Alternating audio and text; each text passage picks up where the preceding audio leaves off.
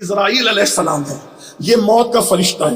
آپ اکثر و بیشتر تقریروں کے اندر حضرت ملک الموت کا ذکر سنتے ہیں۔ ان کی ڈیوٹی موت کی روح قبض کرنے کے لیے دی گئی ہے۔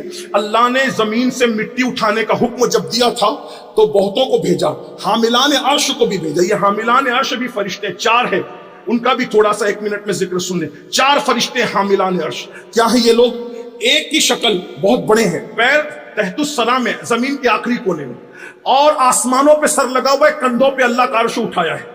پہلی مرتبہ اللہ کا عرش اٹھایا تو گر گئے تھے، نہیں اٹھا سکے۔ پھر اللہ تبارک و تعالیٰ کی انہوں نے تسبیح کی تو اللہ نے انہیں طاقت دی اللہ کا عرش اٹھانے کی۔ حاملان 4 ہیں، ایک کی شکل جو ہے وہ انسان کی طرح ہے، فرشتہ انسان کی شکل کا ہے۔ ایک فرشتہ بیل کی طرح ہے، وہ بیل کی شکل کا ہے۔ ایک فرشتہ گدھ کی شکل کا ہے۔ ایک فرشتہ شیر کی شکل کا ہے۔ 4 فرشتے، اور قیامت کے دن 8 اٹھائیں گے۔ تو یہ جو 4 حاملان عرش ہیں، تو جو انسان کی شکل میں جو اس نے اٹھایا ہوا ہے وہ فرشتہ ہے، تو اس نے جو کندھا عرش کو لگایا ہوا ہے تو وہ اللہ سے کہتا ہے اللہ انسانوں کو روزی دے، وہ سفارش کرتا ہے انسانوں کی روزی کی۔ جو بیل کی شکل کا فرشتہ ہے وہ اللہ سے کہتا ہے اللہ جانوروں کو روزی دے۔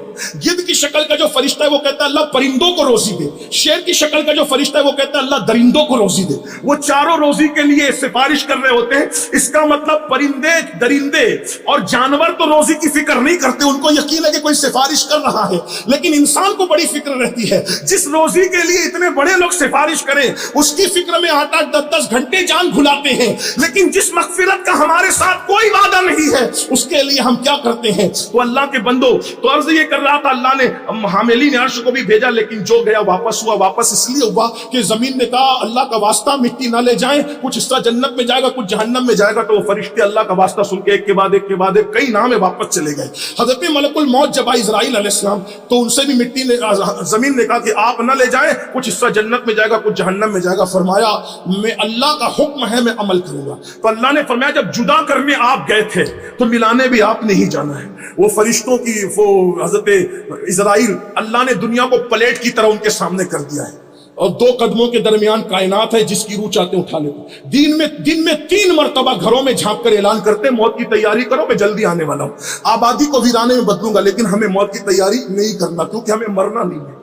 ہم تو مال جمع کر رہے ہیں، دولت جمع کر رہے ہیں، عزت جمع کر رہے ہیں، شہرت جمع کر رہے ہیں۔ اللہ کے بندوں مر جانا ہے۔ اینما تکونوا یدرککم الموت ولو کنتم فی بروج مشیدہ، مضبوط قلعوں میں جا کر چھپ جاؤ گے تو بھی موت آ کر کے رہے گی۔ مرنا ہے، اور سر پہ لٹک رہی ہے موت کی تلوار، تیاری کر لو۔ یہ موت کا فرشتہ کیسے آتا ہے؟ حضرت ابراہیم علیہ السلام کے گھر میں داخل ہوئے مبارکباد دینے کے لیے کہ آپ کو خلیل بنایا اللہ نے۔ ابراہیم علیہ السلام غیرت مند آدمی تھے، کہا کیوں آئے ہو؟ کہا اس گھر کے پروردگار نے بھیجا ہے۔ کہا وہ زیادہ حقدار ہے بھیجنے کا، آپ کون ہیں؟ کہا کہ مجھے اسرائیل کہتے ہیں مبارکباد دینے آئے ہیں۔ کہا اچھا تو ذرا یہ بتائیے کہ آپ روح کیسے نکالتے؟ کہا آپ نہیں دیکھ سکیں گے۔ کہا بتائیں تو نا۔ تو فرمایا کہ ٹھیک ہے ادھر رخ کرو۔ رخ کیا تو ایسی ڈراؤنی شکل، بے ہوش ہو کے زمین پر آ گئے۔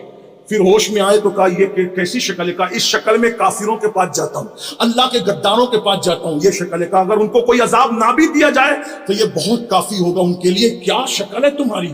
اس کے بعد مومنوں کے پاس کب چہرہ پھیرے، جب چہرہ پھیرا تو بہت خوبصورت جوان، بڑے حسین جوان۔ تو جب دیکھا تو کہا اگر مومن کو کوئی انعام نہ بھی ملے تیری صورت دیکھ لے تو اس کے لیے کافی ہے، کتنا خوبصورت ہے اسرائیل تو یہ۔ اور جب مومن انتقال کرتا ہے، مومن اتنے فرشتوں کو لے کر آتے ہیں کہ تا حد نگاہ افق بھر جاتا ہے، اور سب خوشبو لے کر کے کھڑے ہوتے ہیں، کہتے ہیں مبارک ہو مبارک ہو۔ یہ فرشتے مگر وہاں نہیں جاتے، اللہ کے رحمت کے فرشتے، جہاں کتا ہو، تصویر ہو، جنبی ہو جس پہ غسل جنابت فرض ہو، جہاں میوزک بج رہی ہو، یہ جگہ نہیں جاتے۔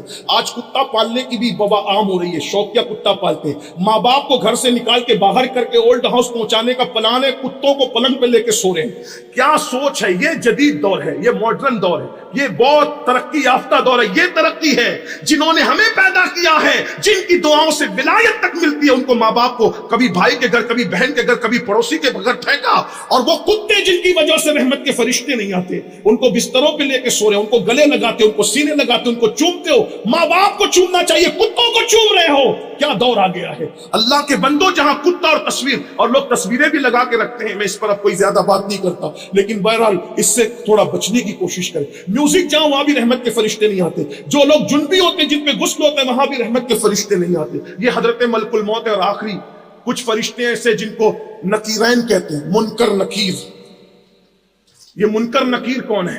یہ دو فرشتے ہیں، کرامن کاتبین بھی ہیں اور بھی ہیں، لیکن اب سب کا ذکر نہیں، اب اینڈ پر یہ دونوں کا ذکر کرتے ہیں۔ منکر نکیر، امام اہل سنت نے فتاوی رضویہ 90 جلد میں ان فرشتوں کا نقشہ کھینچا ہے۔ میں اس کو ہو بہو پڑھ کے سناتا ہوں۔ اصل میں ان کی ادیبانہ ندرت کو سامنے رکھتے ہوئے میں چاہتا ہوں کہ میں اپنی طرف سے کچھ نہ کہتے ہوئے کس انداز میں انہوں نے موت کے یعنی کہ نکیرین کا ذکر کیا جو ہماری قبر میں سوال و جواب کرنے ہیں۔ کچھ لوگ کہتے ہیں کہ جو ہوگا دیکھا جائے گا، شاعری کی دنیا الگ ہے، حدیث کی دنیا الگ ہے۔ وہ فرشتے جو نکیرین آئیں گے ان کی کیفیت کیا ہوگی ذرا اس کو سن لے۔ تو فرماتے موت کا تازہ تازہ صدمہ اٹھائے ہوئے، یعنی روح کے نکلنے کا ادنا سا جھٹکا، موت کا تازہ تازہ صدمہ برداشت کیے ہوئے ابھی کوئی وقت بھی نہیں گزرا تھا، جس صدمے کا حال یہ ہے کہ اگر ہزاروں ضربیں تلواروں کی جسم پہ لگائی جائیں تو اتنی تکلیف نہیں ہوتی موت کے وقت جتنی تکلیف ہوتی ہے۔ حضرت سام بن نوح کو جب عیسیٰ علیہ السلام نے زندہ کیا تو پوچھا کہ کتنے ہزار سال سے سو رہے ہو قبر میں؟ تو کہا کم از بیش 4000 سال سے۔ وہ کہا کیا حال ہے؟ کہا مرتے وقت جو تکلیف ہوئی تھی ابھی تک وہ تکلیف میری ختم نہیں ہوئی ہے۔ یہ سام بن نوح کون ہے؟ نوح علیہ السلام کے بیٹے اور سارے نبیوں کے بابا ہیں۔ وہ فرماتے ہیں ابھی تک موت کی تکلیف ختم نہیں ہوئی، ہم کس بلا کی میں سے ہے، سرشار ہم دن ڈھلا ہوتے نہیں، ہوشیار ہم۔ تو موت کا صدمہ ہزاروں تلواروں کی ضربیں لگائی جائے تو وہ تکلیف انسان برداشت کر سکتا ہے، لیکن موت کی تکلیف اللہ اکبر۔ پھر فرماتے ہیں اللہ اللہ، اور وہ تکلیفوں کا بھی ادنا سا جھٹکا، اللہ اکبر، شمشیروں کے برابر ایسے صدمے سے دو چار تھے۔ ملک الموت کا دیکھنا ہی 1000 تلواروں کے صدمے سے زیادہ سخت تر ہے۔ پھر فرماتے ہیں اب قبر میں گئے، وہ نئی جگہ، وہ نری تنہائی، وہ ہر طرف بھیانک بے کسی چھائی، اس پر وہ نکیرین یعنی منکر نکیر کا اچانک آنا، یعنی تنہائی ہے، بے کسی چھائی ہے، ایک ہاتھ کو دوسرا ہاتھ سجائی نہیں دیتا، یہ قبر ہے قبر۔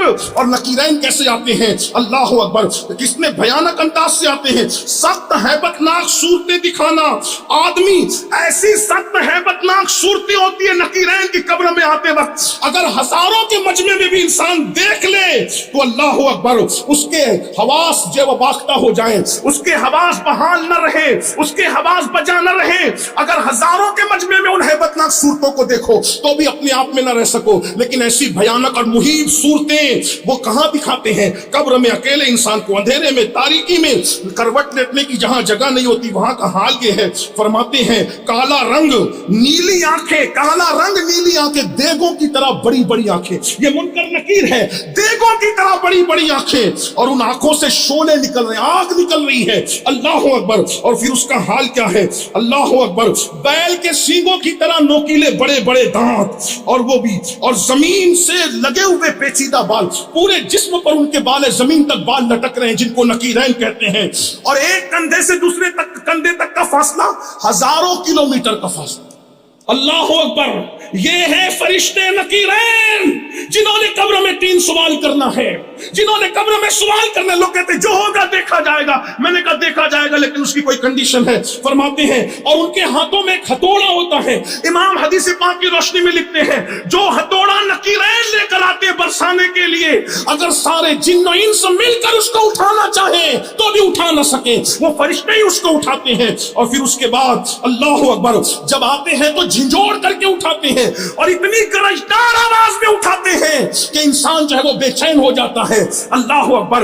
ایک حدیث پر اینڈ کرتا ہوں۔ ایک مرتبہ میرے آقا نے سیدنا عمر ابن خطاب فاروق اعظم سے فرمایا عمر تیری قبر میں فرشتے نکیرین آئیں گے تو کیا ہوگا؟ عرض کی حضور کیا ہوگا؟ کہا بڑی بڑی آنکھیں دیکھ کی طرح، شعلے اگلتے ہوئے، بڑے بڑے بال زمین پہ لٹکے ہوئے، اور ہاں دانتوں سے زمین کو چیرتے ہوئے اس طرح آئیں گے، بجلی کی کڑک کی طرح باتیں کریں گے۔ عمر تم جواب دے پاؤ گے؟ یہی تو میرے نبی کی شان ہے۔ کبھی میرے آقا اس طرح کی باتیں پوچھ کر صحابہ کی شان بتاتے ہیں، اور کبھی اس طرح کی باتیں پوچھ کر اہل البیت کی شان بتاتے ہیں، اور میرے امام یوں فرماتے ہیں اہل سنت کا ہے بیڑا پار، اصحاب حضور نجم ہے اور ناؤ ہے، اطرت رسول اللہ کی۔ وہ فاروق اعظم سے کہا کہ کیا تم جواب دے پاؤ گے؟ فاروق اعظم نے اس کی یا رسول اللہ کیا میرا ایمان قبر میں سلامت رہے گا؟